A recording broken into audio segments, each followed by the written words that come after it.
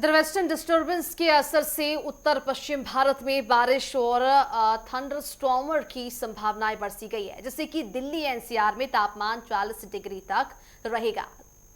वहीं मध्य प्रदेश और बिहार जैसे राज्यों में ओलावृष्टि की आशंका है, जबकि पश्चिमी राजस्थान में हीट वेव के चलते पारा 45 डिग्री तक जा सकता है। मौसम हर पल करवट बदलता हुआ दिखाई दे रहा है। कभी धूप तो कभी छांव तो कभी बारिश होती हुई दिखाई दे रही है। चाहे हम दिल्ली की बात करें या दिल्ली एनसीआर की बात करें या अन्य राज्यों की बात करें। अभी हमारे साथ मौसम विभाग के वैज्ञानिक डॉक्टर नरेश जी हैं, जिनसे हम खास बातचीत करेंगे। उनसे जानेंगे कि एक हफ्ते का जो है नेचर कैसा रहने वाला है, मौसम कैसा रहने वाला है। सर, क्या कुछ कहना चाहेंगे? अगर दिल्ली की खासा बात करते चले, अभी जो टेम्परेचर है वो 30 से 32 के आसपास लगभग है। बेसिकली क्या है कि कंटिन्यूज थंडरस्टॉर्म एक्टिविटी या रेनफॉल एक्टिविटी के कारण पूरा नॉर्थ वेस्ट इंडिया में जो टेम्परेचर्स है वो सामान्य से कम ही है। अगर अब आने वाले दिनों की बात करें तो अभी कुछ दिन जहां क्लियर स्काई रहने का अनुमान है। ऑलमोस्ट आप सोचिए 6 से 7 दिन क्लियर रहेगा, 3-4 दिन के बाद थोड़ा क्लोडी आ सकता है, जिसके कारण जो टेम्परेचर सामान्य से जो ज्यादा कम है ग्रेजुअली इंक्रीज होना स्टार्ट हो जाएंगे। तो 3 से 4 दिन के बाद हो सकता है टेम्परेचर 38-39 पहुंच जाए।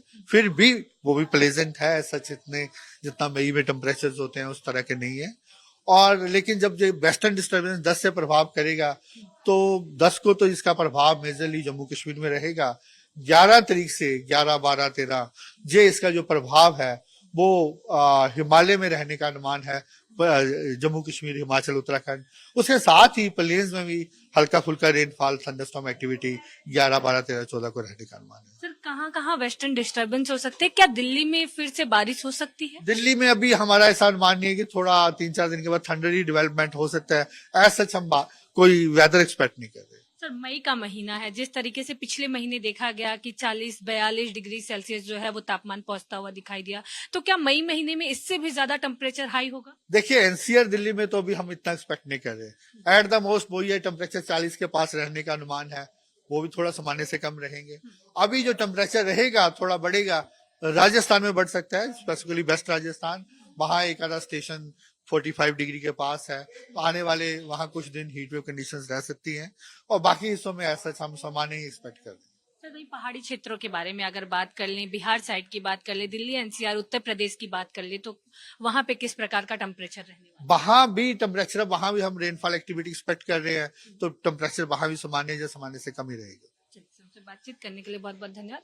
जिस तरीके से आपने देखा कि डॉक्टर नरेश ने बताया कि अभी जो टेम्परेचर दिल्ली का रहने वाला और दिल्ली के आसपास, दिल्ली एनसीआर में रहने वाला है, वो लगभग 30-32 तापमान के आसपास रहेगा। क्योंकि जिस तरीके से अभी देखा जा रहा है कि दिल्ली में बारिश कभी हो रही है, कभी धूप हो रहा है, और जो टेम्परेचर है वो नॉर्मल ही दिखाई देता हुआ दिखाई दे रहा है, और कोई भी अभी जो है अलर्ट नहीं जारी किया गया है।